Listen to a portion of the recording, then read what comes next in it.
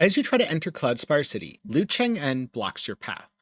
Now, I didn't find him as dangerous as Honglan, but after finding a build that worked spectacularly, I wanted to share it in case anyone's struggling on him. So, in the first part of this video, I'm going to go over the build and the playstyle.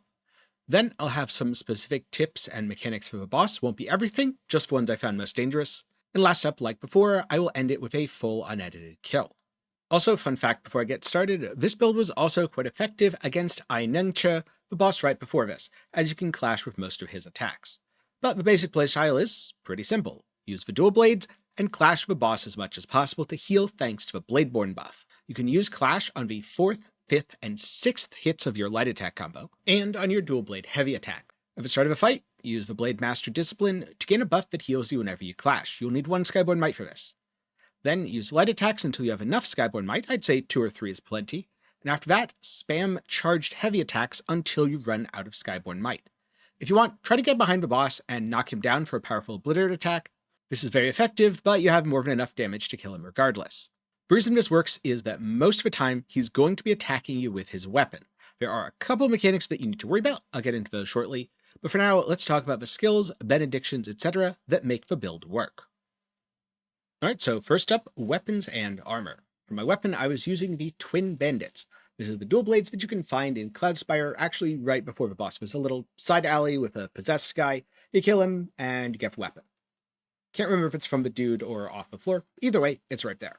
In terms of benedictions, I'm using Boo, blocking Clash. This increases the potency of blocks and clashes. Basically, less health lost when clashing equals more healing.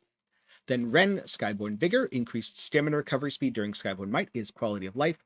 You could very easily swap this out for a damage. There's also plenty of damage options instead of Boo blocking Clash, but I felt like my damage was plenty high and I just wanted defense. Next up, Wei Combo Force. Consecutive attacks increase your damage. This build is about spamming attacks, so there's going to be a lot of consecutive attacks. For my offhand weapon, I'm holding the Lashing Whip, but I don't have it spec'd out, so function it's not really doing anything here. Now for armor, I am mixing the Centipede set, the Embroidered set, which is from the very start of the game, and the Ming set. Haven't updated my armor too much, but the basic idea remains the same as before. Have pretty good slash and stab mitigation, as this covers most enemy attacks. Have okay blunt mitigation. If I remember, the set you get from this very boss actually gives you really good blunt defense, so after this I'll probably swap things up. And while Frostbite resistance is kind of neat for this zone, you can just eat a soup, so I haven't been particularly focusing on that. Going back to the armor, the idea for the Embroidered Headband is really good resistances. It doesn't have very good mitigation against damage. It is resistance against statuses. On the other hand, Centipede Carapace, the chest piece, really good mitigation against damage. Pirate Bracers provide a nice middle ground of the two, especially adding a little bit of blunt mitigation. And then last up, the Ming Greaves, again, really good against slash and stab. Those are the most common damage types, so that's what I did. I am using the Divine Might spell. I don't think I actually ever cast it. Basically, this means you spend 2 Skyborn Might instead of 1 Skyborn Might on your attack, but you hit a bit harder. Alright, for pendants, first up, Gourd Pendant, nice defensive bonus.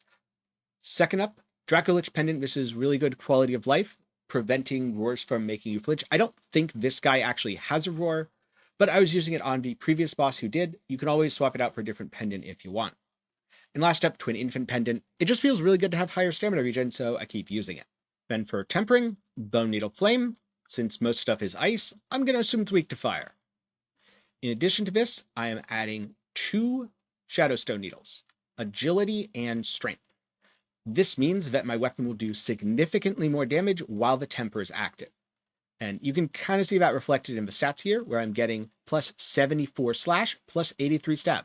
That is a lot of extra damage. And if I were to take these off, well, now it's only plus 72. It's way less damage. You're going to use the temper buff anyway, might as well make it as strong as possible.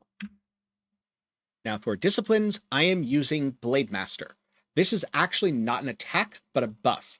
So you spend 1 Skyborn Might to activate the buff, and from then on, whenever you clash, you restore some health. It also makes the light attacks even swifter, so it's really fast to get to the 4th, 5th, and 6th hit of a combo, which is where you generate your Skyborn Might, and also where you can clash with enemies. I think that spamming charged heavy attacks, at least when you can spend a Skyborn Might to make it almost instant, is slightly more damage, but it means you have a really good fallback of just mash your light attacks and watch things melt. Next up, the Impetus Repository. This isn't quite as finicky as a spellcaster, nor is it super point intensive, at least if you're only investing into the Dual Blades tree. So, first up, on the left utility tree, basically just take everything that gives maximum Skyborn Might all the way up to Skyborn Call 3. If you are lacking on points, you can always cut this off at Skyborn Call 2, as you get all the important nodes that you need before this. In addition, take Rapid Temperance. This makes tempering much easier when you're above 50% madness, and you can always use Maddening Incense to stay above 50% madness. Next up, in the Dual Blades tree, first path to the right. This is to get Blade Master, and take both Blade Master variants. The first variant increases the duration of a buff, making it really easy to maintain, and the second duration makes it more effective while above 90% madness. See, high madness is actually good. Next, come to the middle of the tree to take Wavebreaker, Mighty Combination, and Leaf Slasher. Put at least 1 point into Swift Blade here as you go, because otherwise you're not going to have a +5 weapon. And then next, you have two options. You can either do what I did, and I came over here to grab the big endurance node, or if you find yourself using dash attacks, you can come all the way over here to Deadly Shadow so that they can also clash. This is basically where you jump forwards and clash with an enemy while attacking.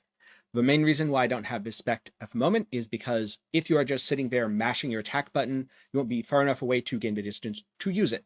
But it is an option, and endurance doesn't do that much for a build. You don't need to worry about this Swift Blade, you can just put a second point here. So ultimately it works out to kind of sort of the same thing.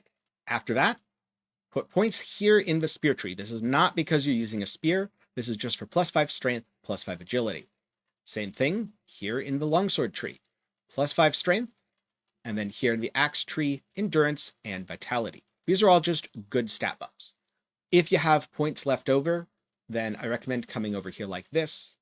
You can always come around here to get vitality. Health is good. Or if you want, you can come over here and grab strength for damage.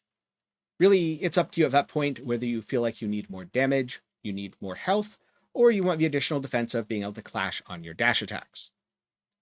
Alright, now let's get into a few tips and tricks. First up, one of the hardest things for a fight is getting Skyborn Might at the start. That's actually how I died on the first attempt. He usually opens with a triple jump. This can kill you if you mess your first dodge up.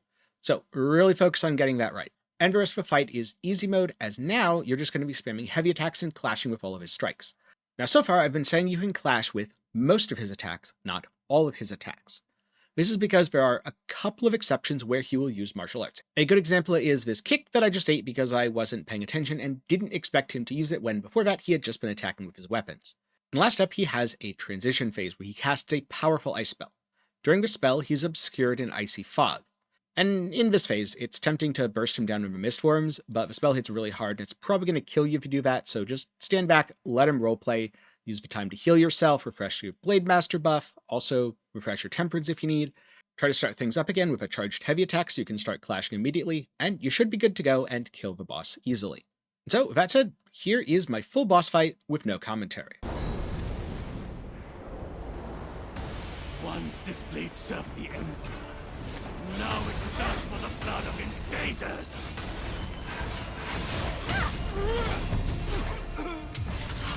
Such skill, I wasted on rebellion!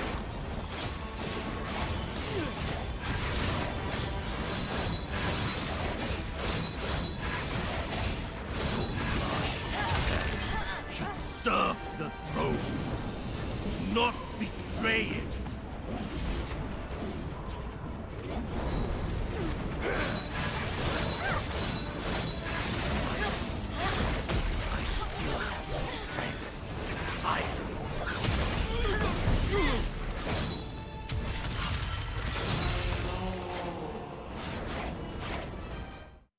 Originally, I found this setup when I was fighting the bandit boss. I had been using a spell build, and it was working pretty well, but I kept getting caught by his frenzy attack at low health.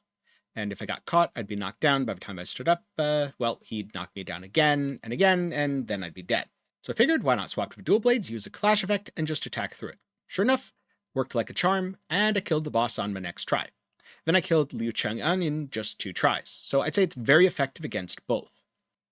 Now, if you're interested in both the magic build and also the clash build, do be sure to get subscribed, as I'm going to be talking about them in the near future, Probably after I've completed Chapter 3, though we'll see. Also, remember to ring that notification bell so you don't miss future uploads. And if you're looking for something else to watch right now, check out my video on how to get Ethereal Form, a spell that is basically easy mode for the entire game because it costs 1 Skyborn Might, lets you auto-dodge, and then refunds the Skyborn Might you spent. That'll be up in the card and down below. For now, thank you very much for watching to the end. I'm glad you've enjoyed, and I'll see you in the next one.